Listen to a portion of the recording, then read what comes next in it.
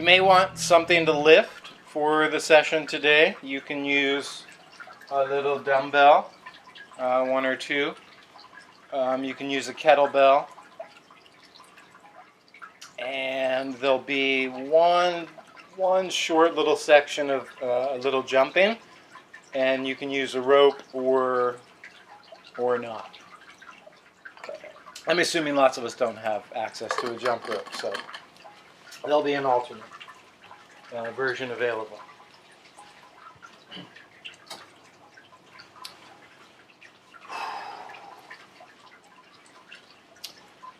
Okay, so without further ado, let's do some yoga together.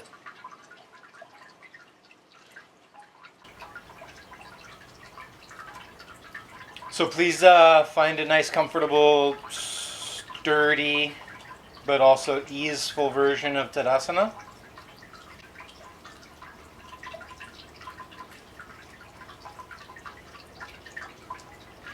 Even one that errs on the side of feeling underworked.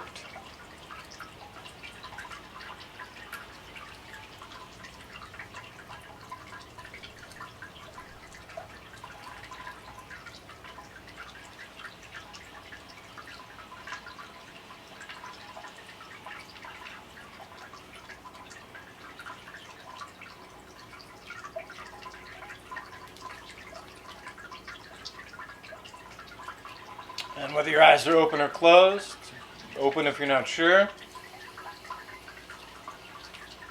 Let's follow about 10 slow, comfortable, deep, full breaths.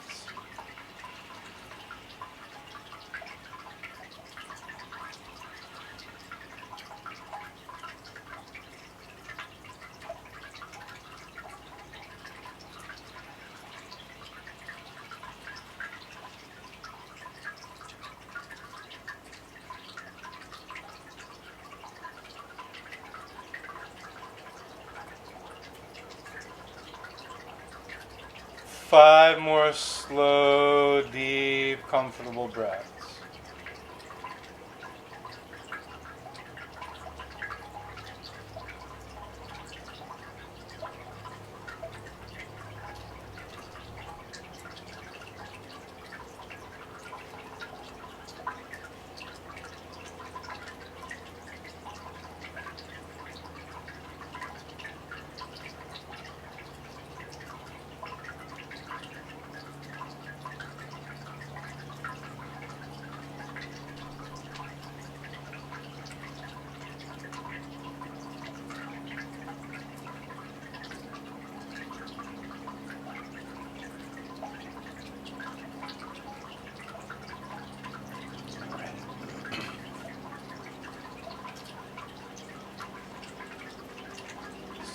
So you feel like you put in a nice little effort there in tuning into your breath, offering yourself a little transition into your yoga space. Hopefully you've come upon some nice comfortable deep breaths that can be a pattern for the next few minutes at least. Then let's begin to roll the shoulders. Very basic stuff here. The forward, the backward, and the upward and the downward, right? Forward. I think I said that in the wrong order. You guys know where to go. Forward. I got it. Upward. Oh my God. Backward. And downward. Now, one option when you go through these shoulder rolls, a few more in this direction, is to let the spine, most of your spine, probably all the way up to your neck, kind of mimic the shoulder action. So I'm doing a little forward. I'm doing a little upward. I'm doing a little backward. I'm doing a little downward. The alternative to that would be deliberately keep your spine pretty rigid and isolate the shoulders. That's a different kind of move. It feels different. It looks different.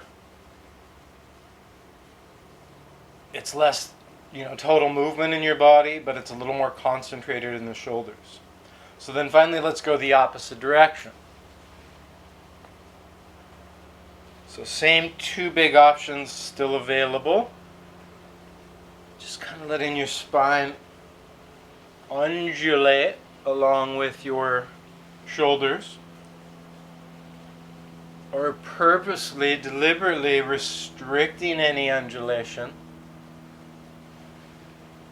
and keeping it just to the shoulder movement. Last couple rolls.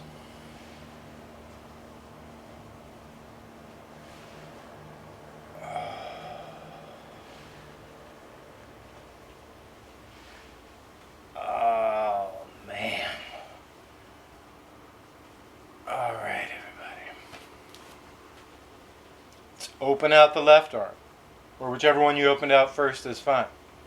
Palm up, like you could set something on your hand. Let your head tilt toward that open palm. And let your head come back to center. Then fold the arm in and up, and let the head release away. So out toward the open arm. If you've been doing classes with me online for a little while, you've probably hit this pose at some point or another.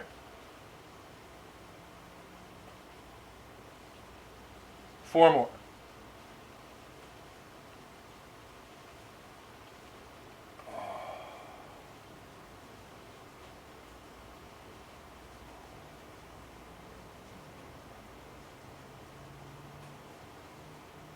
This is a fairly universal movement pattern for bipedal binocular primates that have a functional arm and head.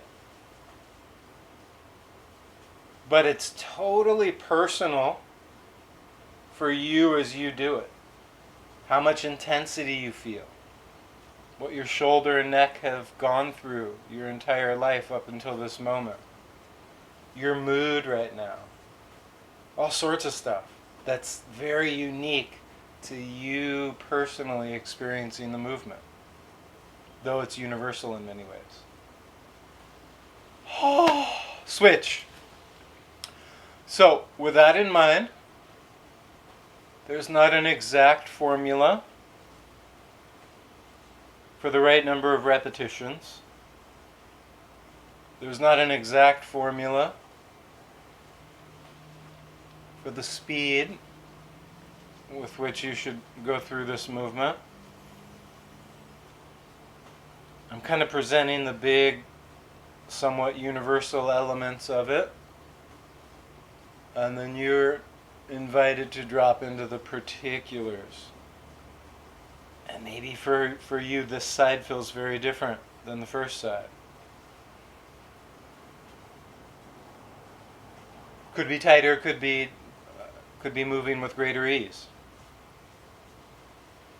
It's rarely the same. Two more. Oh, God. Last one per side. Head tilts toward the open, supinated palm. And head flexes sideways away from the folding arm.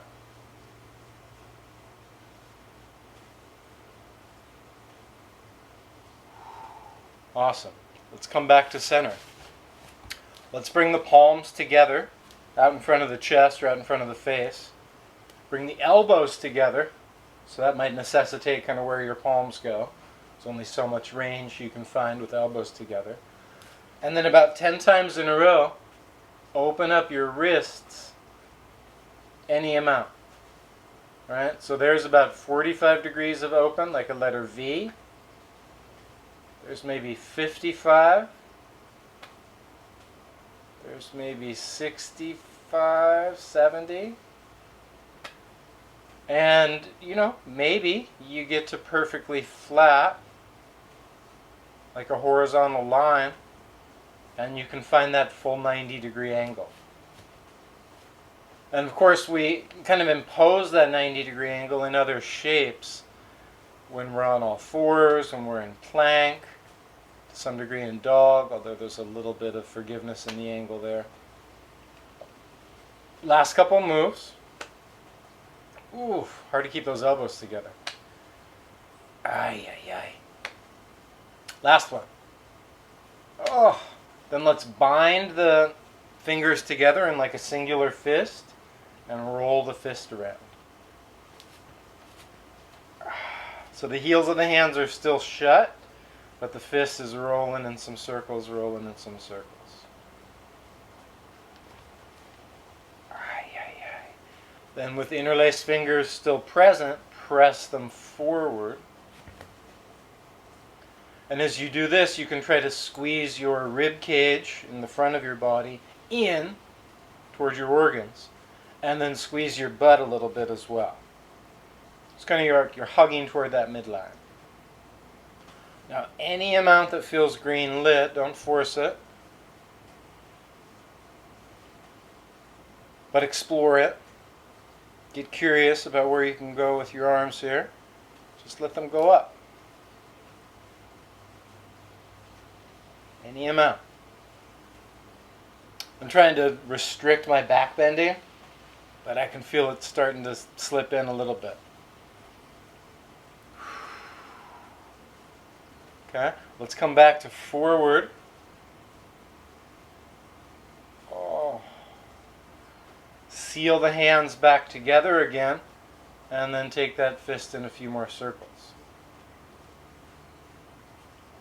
And then a few circles the opposite direction on the clock.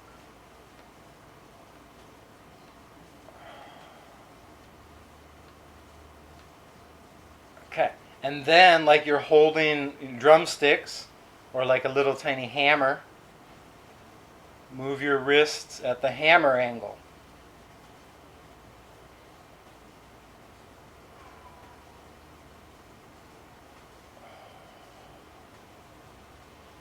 So wrists moving at the angle like you'd pound a hammer.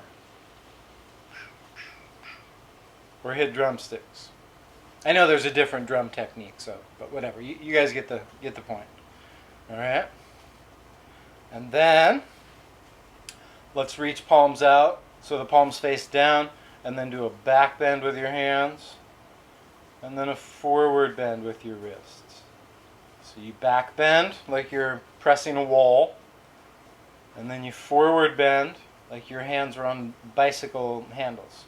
At the bottom of the forward bend, if you want a little more stretch, add a fist.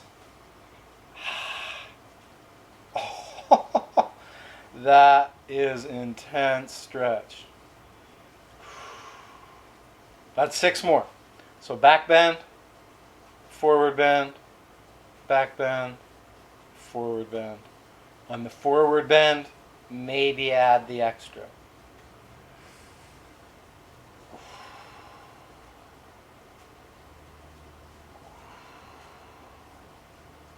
Okay, and then let's release. So, this next one, kind of nice to have something to hold. Alright, so if you don't have something to hold that's relatively heavy, you're just going to have to simulate, and it won't be quite as juicy, but so be it. So you want to work with a one-handed version of just a regular old hold. Just how you'd grab something off the ground like this. Okay? Now, whatever you're holding, with this style grip, your thumb probably faces forward, and you can do a couple little walks. Just a few steps, forward and backward. You're trying to keep really steady with your trunk. This is sometimes called the farmer walk, like simulating a farmer out carrying something pretty heavy. And again, if you don't have anything to carry, I get it. Then you just do like a little simulated version with this hand in a fist, strong, but not actually carrying any weight. Okay? Then let's switch. New hand, same style grip, right? So just kind of like the most natural grip you can find. You want to be holding something on the heavy side if you have access to it. And you simply take a couple steps. Maybe you walk up and down your mat 3 or 4 times. Trying to walk, almost as though you weren't holding anything, and walking as though your body were symmetrical, though obviously it's not. Especially if you've got, at least 20 pounds hanging off one side. But even 5 is enough to notice a difference. Okay. And then let's release. So next, different kind of grip. A hook. So I'm not closing my hand. I'm actually opening and holding with the fingers. That one's a little heavy for the hook, so I'm going to this guy. So now I've got this hook grip, which strengthens a different part of your hand, wrist, forearm. And just going for a little walk with the hook. And if you're not holding something, again, you're just maybe simulating the shape, so you can still kind of create the right shape in your hand. And trying to find that symmetrical farmer's walk, even with weight. Hook grip. New side. Hook. Pretty much like an open palm.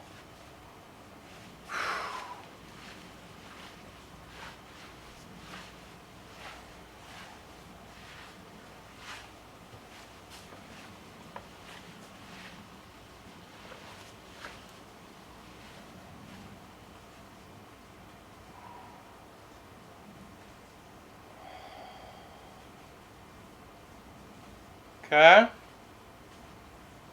And then let's release. 2 more. Next, and I realize we don't all have an array of objects to make these materialize perfectly. But this grip, you want to do it like this. So you want an overhand kind of top grip, right? Almost like you were unscrewing a lid, right? Kind of very different than picking up the handle of a suitcase. And you get it like that. So the bottom of those kettlebells are just too big for my hand. They're really big bells. They're kind of obnoxiously big bells. Because sometimes you'll find kettlebells that actually look a little smaller than that, but are heavier, just because they're made with a denser material. Anyway, so I've switched to the dumbbell with this sort of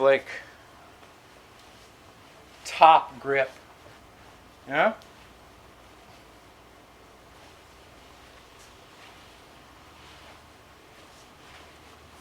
And for future reference, if you've gone through, we're almost done with this whole wrist, arm, forearm, finger sequence.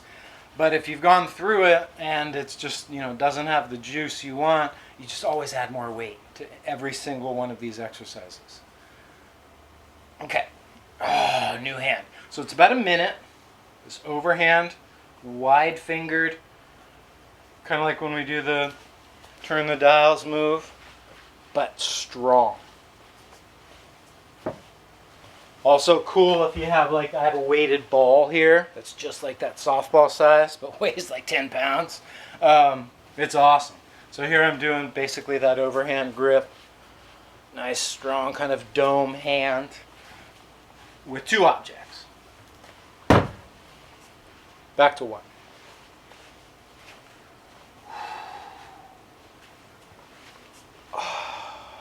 Okay.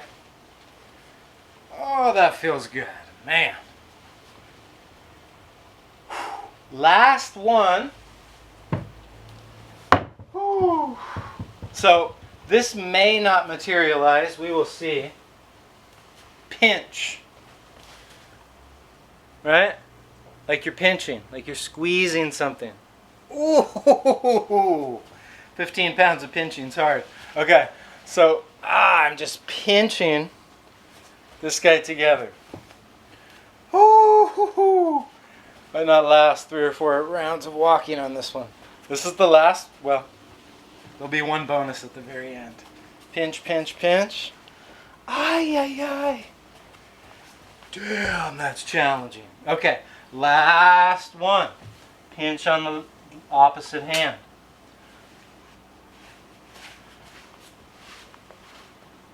I'm perfectly aware you may not have a wide enough variety of items to pinch, palm, squeeze, you know, all these different varieties. But just do what you can. You can even pretty much create every one of these movements and shapes just without all the resistance and weight.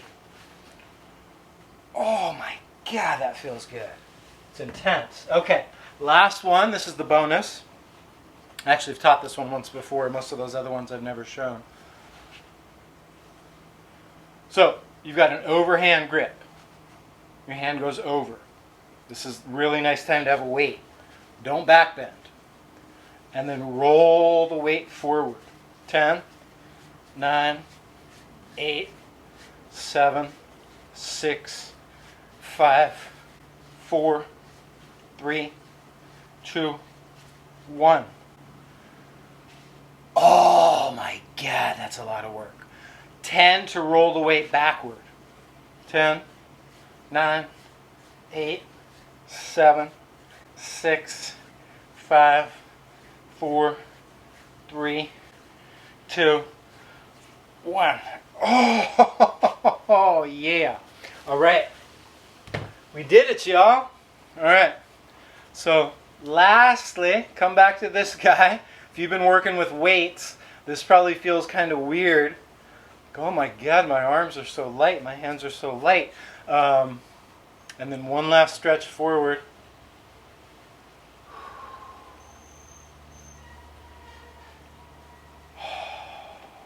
And then let's shake it out.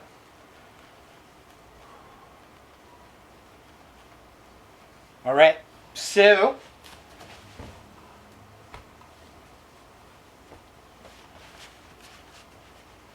I'm going to take a wild stab and guess that a lot of us don't have a kettlebell, but maybe we've got a dumbbell, which you can use instead. Huh? But if you have a kettlebell, use a kettlebell. If you have a dumbbell, you're welcome to do it like this, where it's up kind of high. It just probably won't balance. You've got to hold it there. All right. So you're going to get a relatively wide stance, not too wide.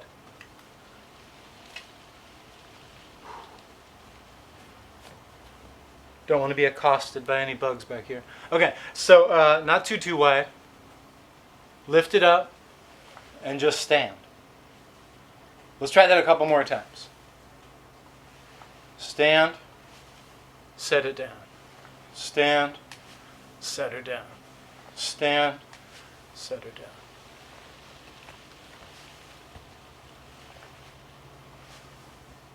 Okay?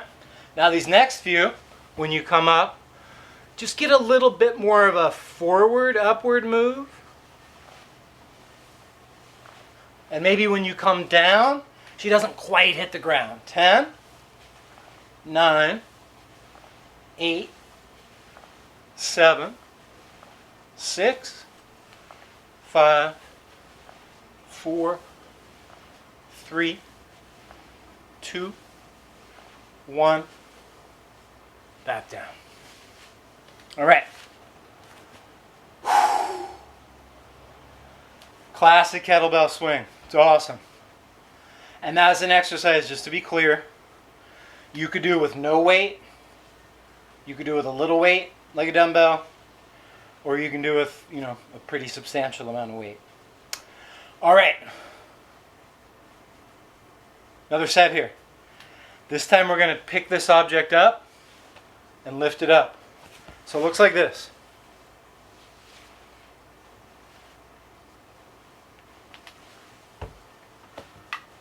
So I grab it, pick it up, reach it up, put it back down. There's a little wrist kind of transfer right about here. Right, you see this side of the bell? When I lift, probably seeing a different side, and then back down. Just play with that, about 6 times per side. Overhead press, squat. Overhead press, squat. Overhead press, squat. Pick it up cleanly. Pick it up with a nice, strong, pretty much neutral back. Use your hips, not really back rounding. Last one. Nice, y'all. All right. One more. This one's more like a row. So you're going to hinge down and just pick it up, set it down. Pick it up, set it down. So you stay in a row position.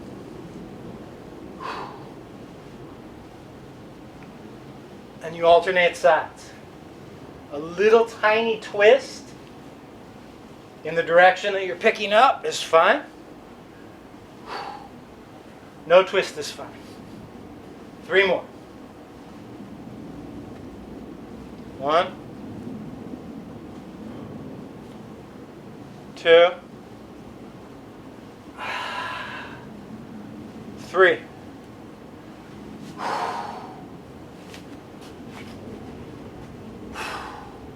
Nice, y'all.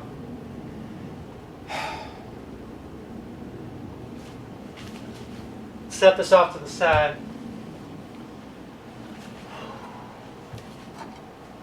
All right.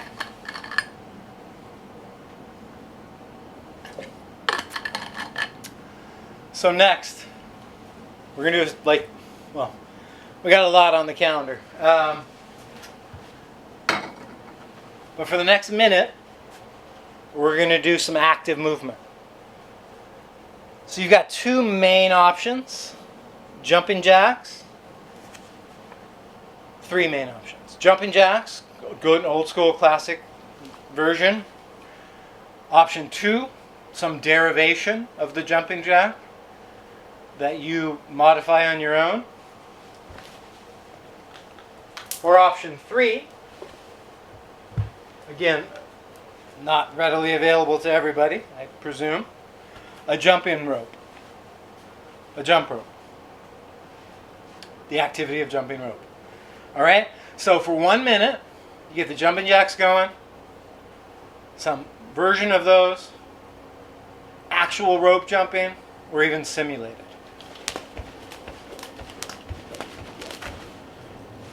And I had a feeling this could be a little tight. All right. So try to get it going best you can. Just a minute.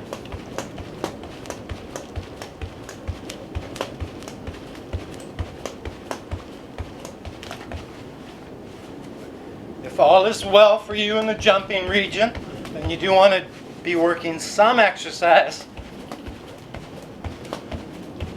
that induces a little jump and that fires up the heart a little.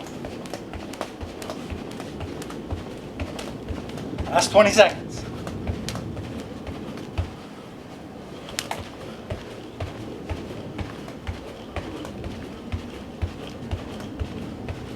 Whew. Nice. All right. It's over quick. Next. Wall sit. Just like the name sounds. 1 minute.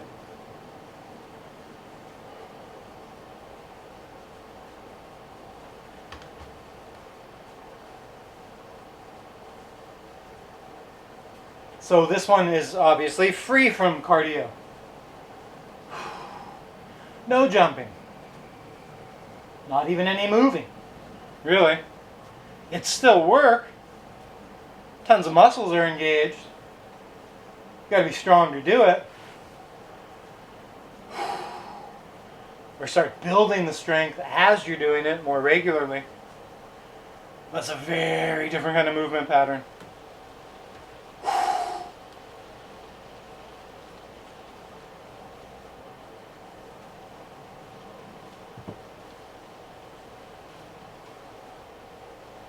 10 more seconds.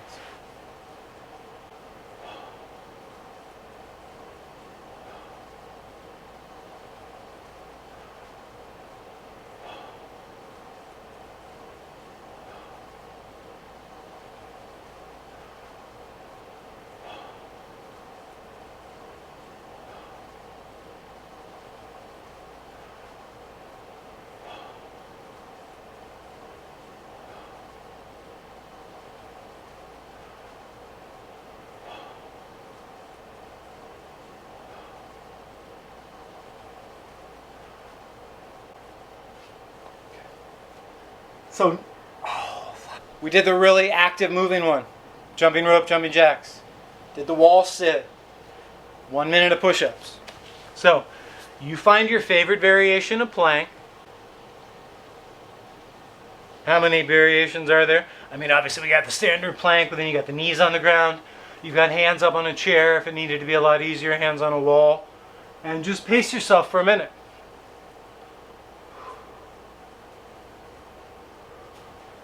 So if you can rip out high quality,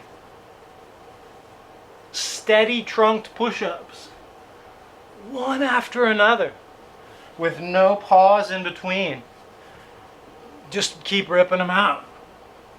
But if you know you can only get about 10 seconds worth, then maybe pace yourself. Pause at the top of plank. Find that strength again to go through another one. And we're allowing for the knee modification if need be, but we're trying for the big full one if we can. Almost done. You kind of want that last one to be hard. That's a good sign. Next. 2 options here.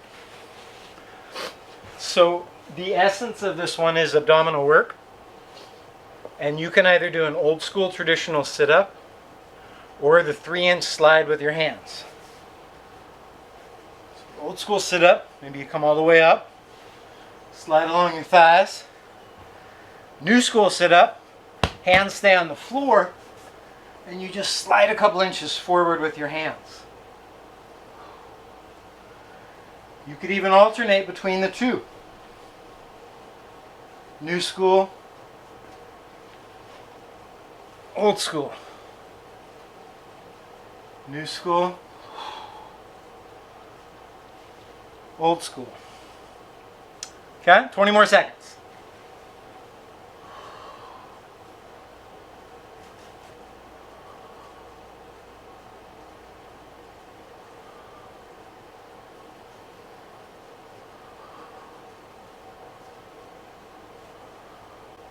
So, last one. Now, to be clear, and we have a few more to go, these little intervals that we're going through right now are essentially framed by a minute of time. So we don't know how many reps we're going to go through. It depends on who we are and how strong we are and how we're feeling. Just try to do quality versions of the movement within that minute, but basically as much as you're able to do it. Okay. Next, we're standing up.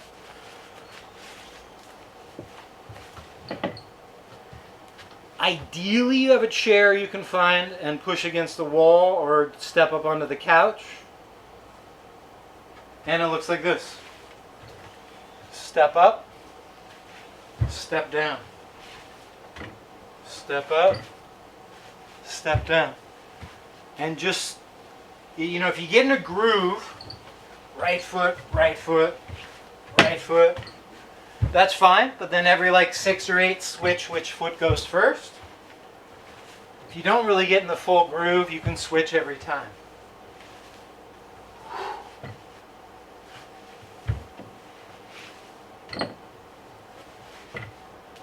Now obviously this necessitates a stable object to step up onto. For a more beginner movement, you could step up onto a yoga block. You can use a stair if you have one in your house. Maybe use the second stair. But all the way up to a chair if you can. Last few. The same foot that steps up first, steps down first.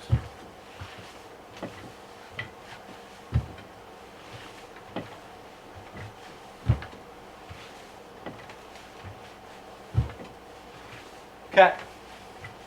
Release. Next. Without using the wall, maybe using the chair as a guide, but not a requirement, we squat.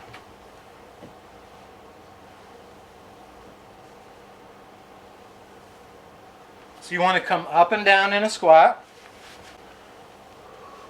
for a minute.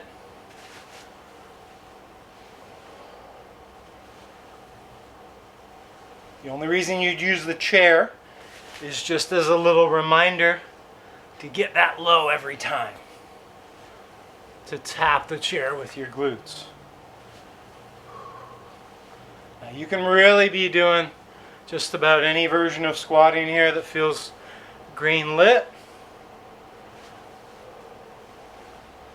Last couple.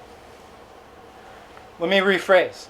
Who knows how many you're going to do, but about the last 15 seconds or so will work.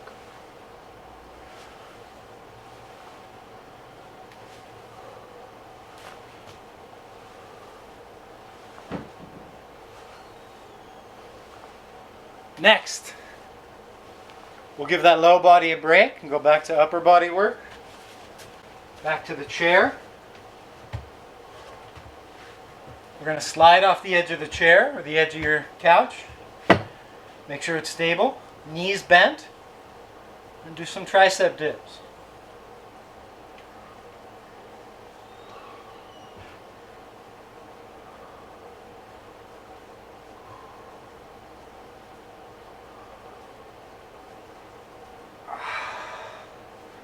Now you can power these partially with your legs and your hips and your glutes, but it's mainly a tricep and upper back activity.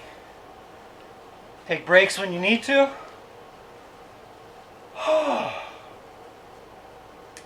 Remember, it's only a minute, so like we're almost out of time with these guys. About 10 more seconds.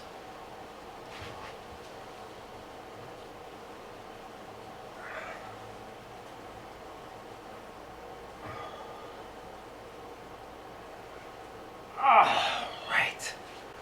Nice, everybody. Next. Forearm plank. So essentially those tricep dips are sort of back, upper body. Forearm planks, really the whole body, but especially a lot of your front, upper body. Assume the position. All right.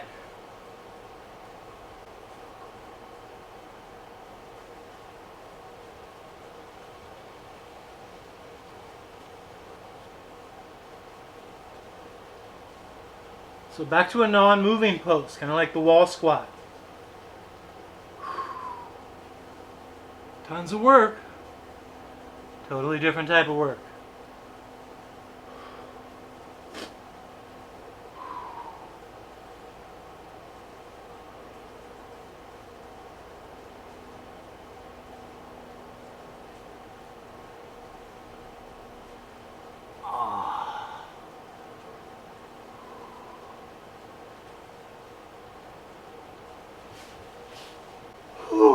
Goodness. Nice. All right. I feel like that we might have gypped ourselves out of a few seconds there, but let's come up. So we've just got a couple more in this sequence to finish her off. To clarify, in these little 1 minute bursts. So next 1 minute burst, you essentially get to relax your upper body and then just do some high knees. So this can have, lots of variations. You could do a run, a jog, a skip, an add arm, just the knees.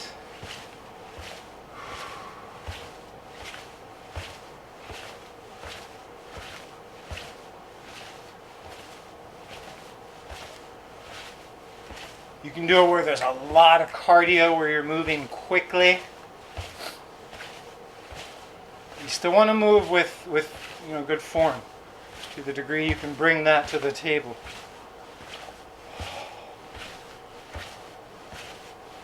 Last few.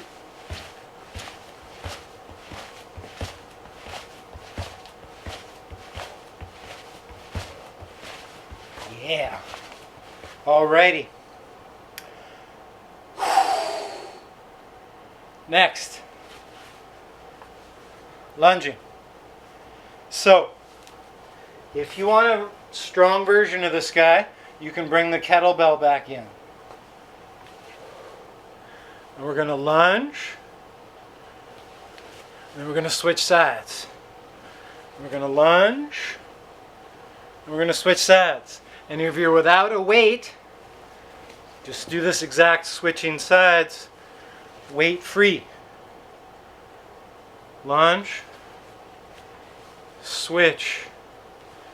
Lunge. Switch. If it's left leg out in front, it's right arm holding the weight. If it's right leg out in front, left arm holding the weight.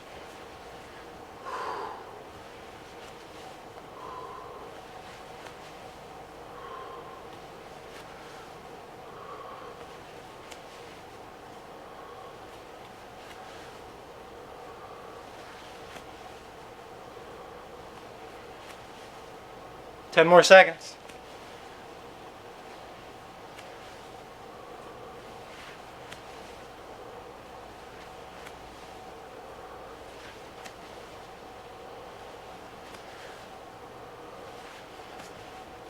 Whew.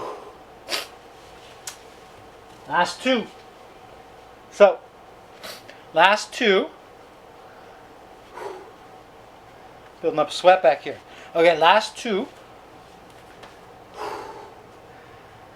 We do a push-up into a kind of rotation, and then we'll do a little side plank all bare lonesome. Almost done. So push up into side rotation, push up into side rotation. That's already 20 seconds, third of the way done.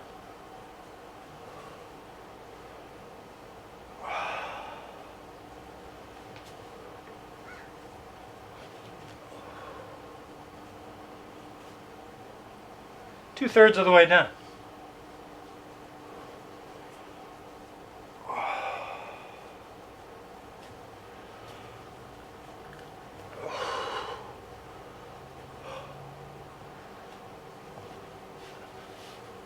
And finally, with our minute, 30 seconds of side plank on your forearm, followed by 30 seconds on the opposite side. Come up off your hip. Hold steady.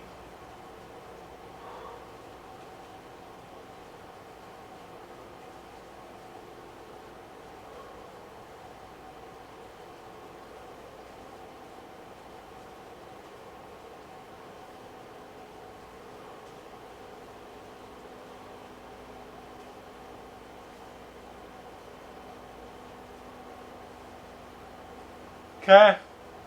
We're down to the last 30 seconds, y'all. Release. Forearm plank on the new side.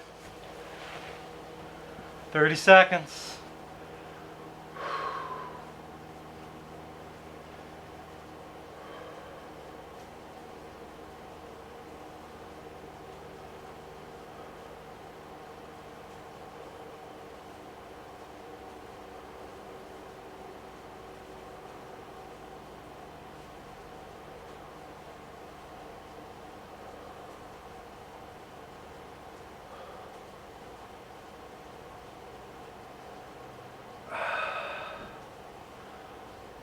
All right, everybody. Super job. Let's come on to the forearms.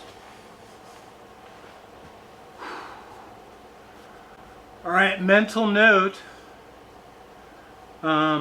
It's too late in the sequence now. I'm verbalizing my mental note, so mental note to everybody.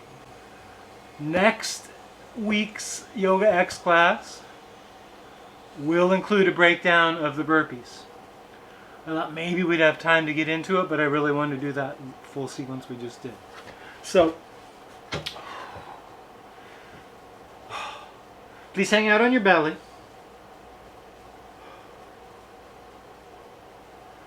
So those last like 10 movements we did, where we were given ourselves 1 minute per movement, that was pretty much taken straight from Gretchen Reynolds, who is the health and fitness writer at the New York Times, at least for the New York Times Magazine, and she writes her own column and has written a couple books.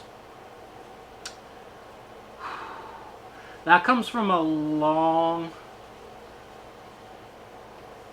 career of studying movement patterns and ways to put them together that are maximally effective for the most number of folks.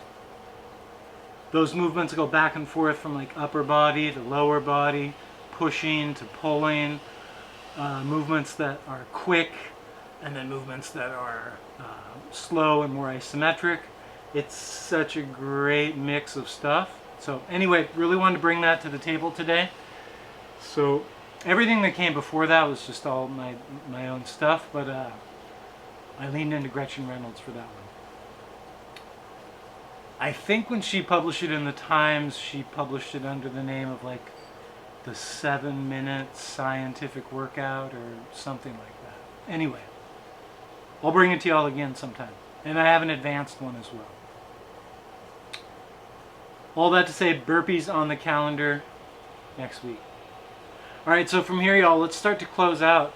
Let's superhero one arm forward, bend the opposite leg, catch the foot, release the head.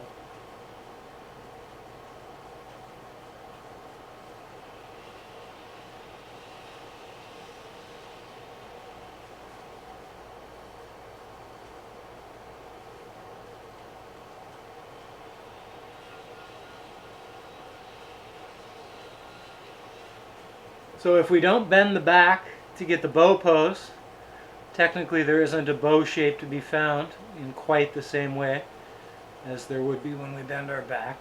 But essentially what happens is instead of bending the back to get the hand and the foot to connect, we ask for those movements to really come from the shoulder joint and the hip joint. We ask in this version, hey, what if the spine just stayed neutral? Could this whole reach still materialize? And it's more shoulder, more thigh, more quad, hip flexor. Okay, and then let's switch sides. So new superhero arm out in front, new bent leg, and new extended arm.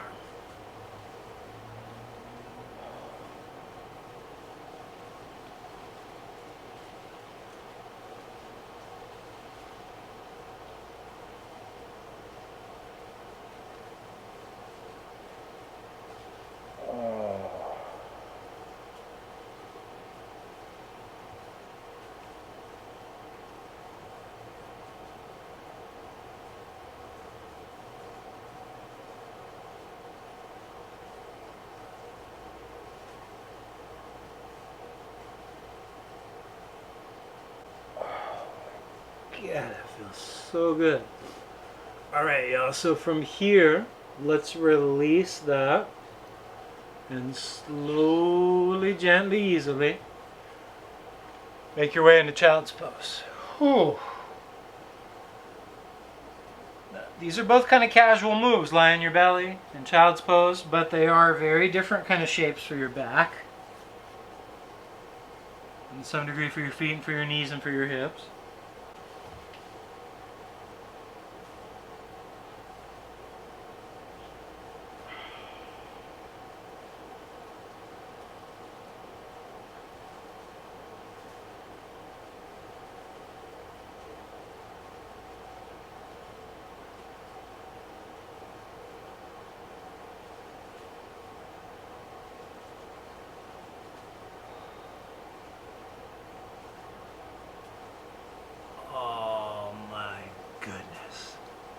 When you're ready, everybody, come up for one last seat before we slide into Shavasana. One last seat, Dandasana, the staff pose.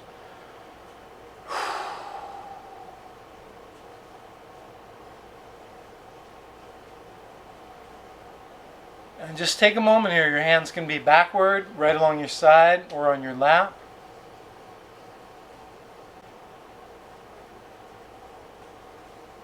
And let's just take a moment and bring our attention back to the breathing.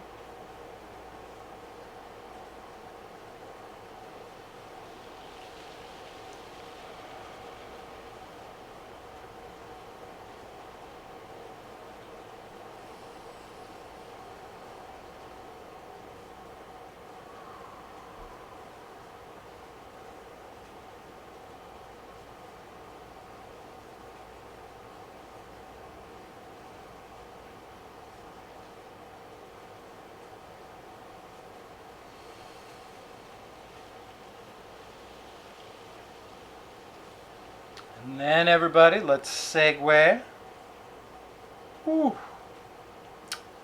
into Shavasana. So the hope with, and ultimately you get there any way you like, you know the pose well, but the hope with this kind of like slide into it with the tail is that I've put my tail on a journey of traction, kind of toward my feet. And then the sacrum lays out on the ground. And then I've put the rest of the spine closer to the head on a journey away from the feet. So I wind up neutral, but in like a little bit of traction. Feels amazing.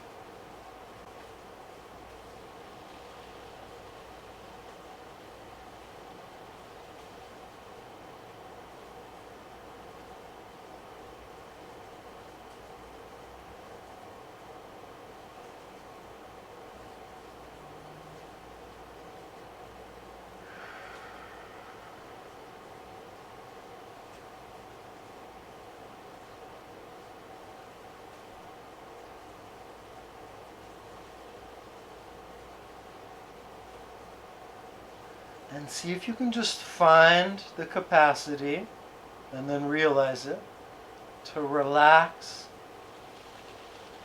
even though nothing's under your control.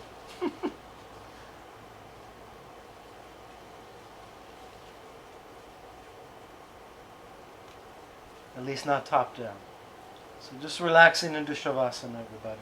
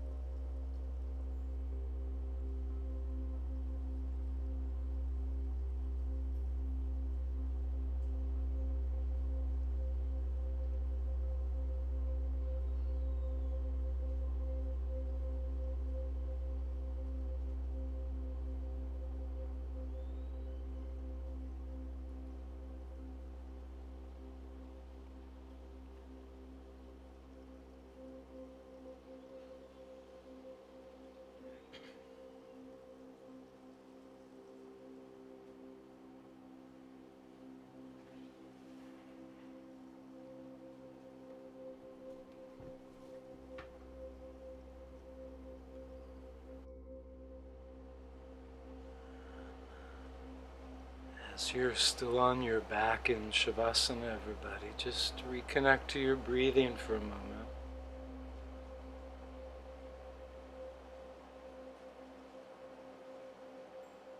And we're just going to do a brief little meditation here. So I'd encourage you to just stay in the Shavasana shape, but if you'd rather, you can sit. And just see for a moment if you can tap into your innate capacity for loving kindness, for friendliness.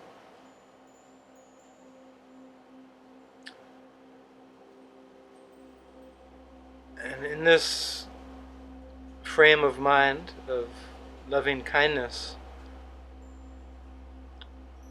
in your mind's eye, call to it the face of someone that you know and like and likely love. Maybe not a romantic connection, but friend, colleague, family member. But so that it's not overly abstract, select somebody. Don't take too long. See them in your mind's eye. See their face. And earnestly wish them well. May you be happy. May you be fulfilled. May you be free from gratuitous suffering.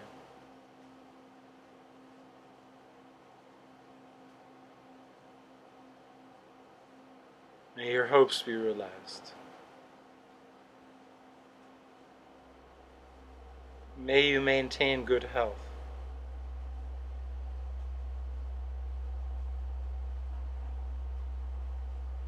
And maybe there's a little phrase that, is meaningful for you to roll around in your mind.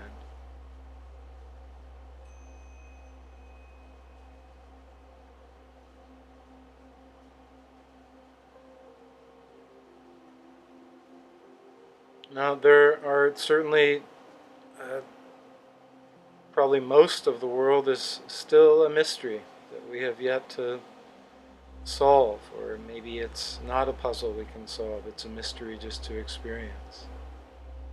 So perhaps there are elements of this practice that are just unexplainable. But from my point of view, and I think even to some degree from a traditional point of view, it's not the idea that this message will somehow telepathically reach the receiver. Maybe. But rather it's for us to resonate the frequency of loving kindness, to feel it, to let it emanate from us, to earnestly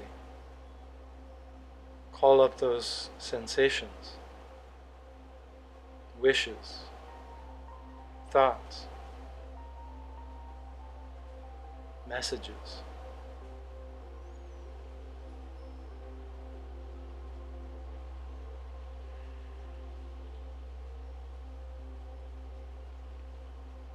So let's close, everybody, by just making your way up to a comfortable seat if you're not there already.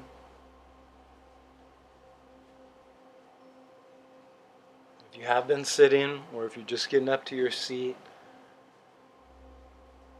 let's reconnect to some breath happening right here, right now.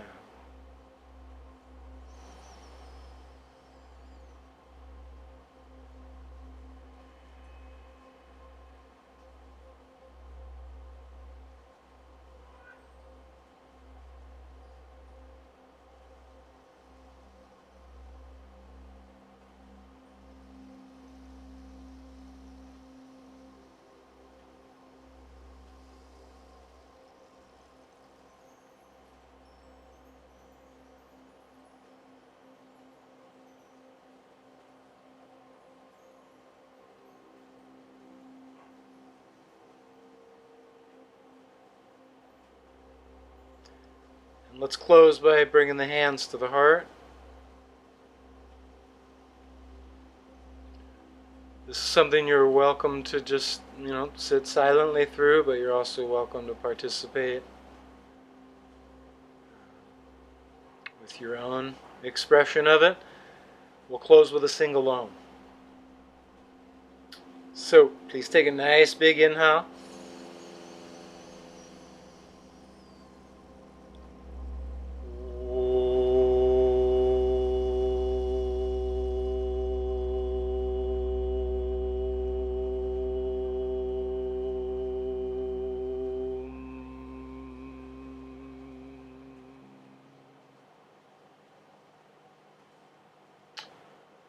Namaste.